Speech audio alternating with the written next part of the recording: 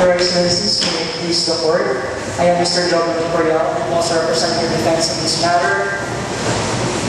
With respect to the two submissions, if you allow me, I proceed with our submissions, Your Excellencies. The first submission is whether or not Colonel Joy is guilty of intentionally launching an attack. And the second submission is whether or not Dr. Brown is or can testify whether or not she can testify on the over ICRC's objection. On the first submission, Your Excellencies, there were absence of intent and knowledge on the part of Colonel Joy. And it is in proportion or in compliance with the principle of distinction. Under the principle of distinction, there should be a military commander should distinguish civilians from combatants. And therefore, Colonel Joy in this case has given the precautions to the civilians to flee. And it is in contrary to the Article 8 of Paragraph 2B, Number 1 of the ICC, which states that a crime occurs if there is an intentional attack directed against the civilians. So there is a non-compliance of this Article 8, Paragraph 2 of the ICC. The second is that in Article 30 of the ICC, there was also non-compliance with regard to the third element, which states that the perpetrator intended the civilian population as such individual civilians not taking direct part of hostilities to be the object of the attack. There were absence of intent and knowledge on the part of Colonel Joy. Therefore, this third element is not present under Article 30, Paragraph 1 of the ICC. On the second point, there was a non-excessiveness. When you say there was a lack of intent, can you elaborate on that further?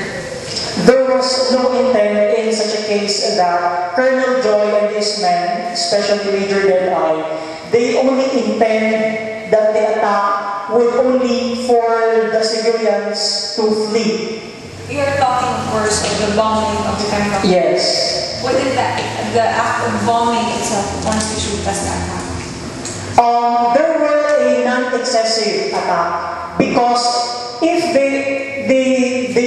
in what you have in connection to what you were just trying to point out is that Colonel Joy in his attacking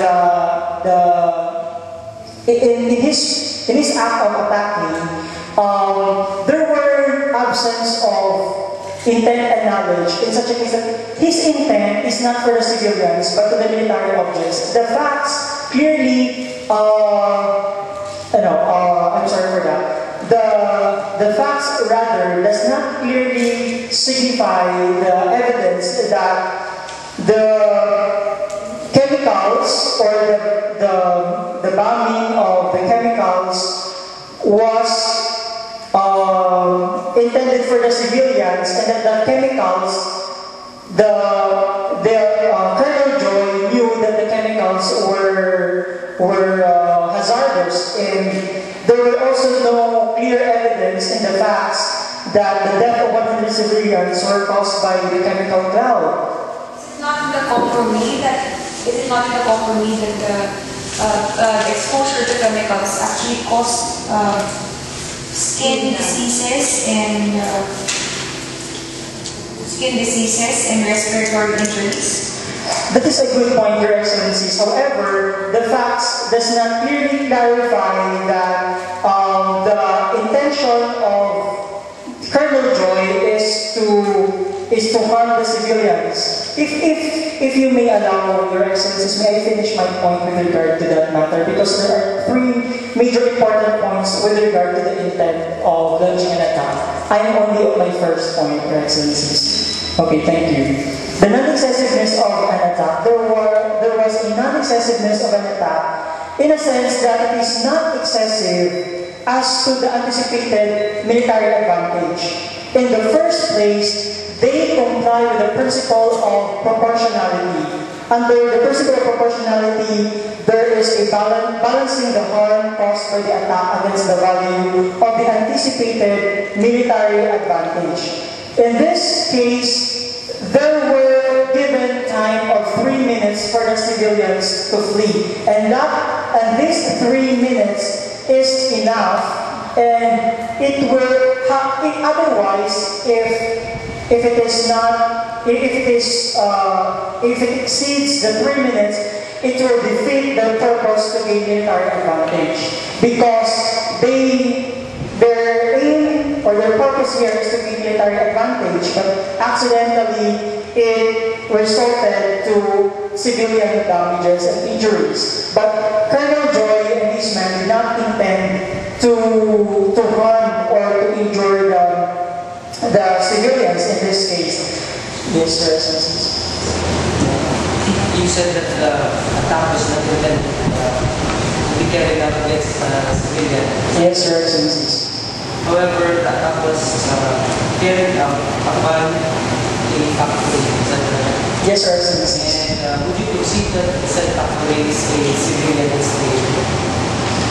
It is under the, it is in between, it is in the military. My question now is, would you concede that the factory is a civilian installation? Factory, it depends, Your Excellencies, because factory can be under, because as what we have learned in the international law, military objectives can also consider, military objectives can be a military basement or a factory. That is what the nature in which the factory is used or in the circumstances is surrounding determines whether it's civilian or military. Yes, because in the facts, Your Excellencies, it is near the military base. So as what Major Delpa experienced, that the chemicals in his experience would not cause incidental damage, but only to create a cloud to confuse the enemy or block their way while fording the river. That is the very purpose. They did not intend to really attack directly the civilians. In the first place, they gave 3 minutes for the civilians to flee. Your Excellency. In that particular case, it would appear that the factory is civilian in nature and containing dangerous process. What would be the course of action if within that civilian area there is a military, like the camp situated? Excuse me, Your Excellency, can you repeat the question? What would be, in order to exonerate or to defend Colonel Joy of his criminal liability? What would be the situation or the course of action if there is a civilian objectives or military target within the civilian? Will you aim your target without fulfilling the principle of distinction? Your Excellencies, there should first a full compliance with the principle of distinction. Being on the side of Colonel Joy, he should take the necessary precaution. It is in compliance with precautionary measures under Article 57 of the Additional Protocol 1 Rule on Precaution, that he should take the necessary precaution in order to save the civilians. In this case, in the facts of the case, Your Excellencies, they were given 3 minutes in order for civilians to flee. It would appear that the resultant effect of that attack, yes, that cluster bomb, would appear that hundreds of civilians were killed or injured in that attack.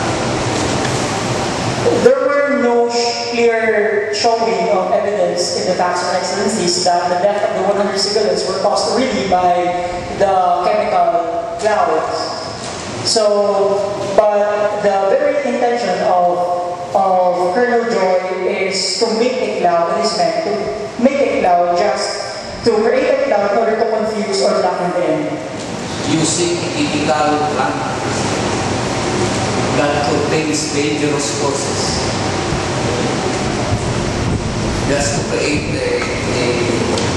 a scenario wherein you can move your forces. In the first place, Your Excellencies, it was not an anticipated military advantage on the part of Colonel Joy because they wanted only to make a cloud just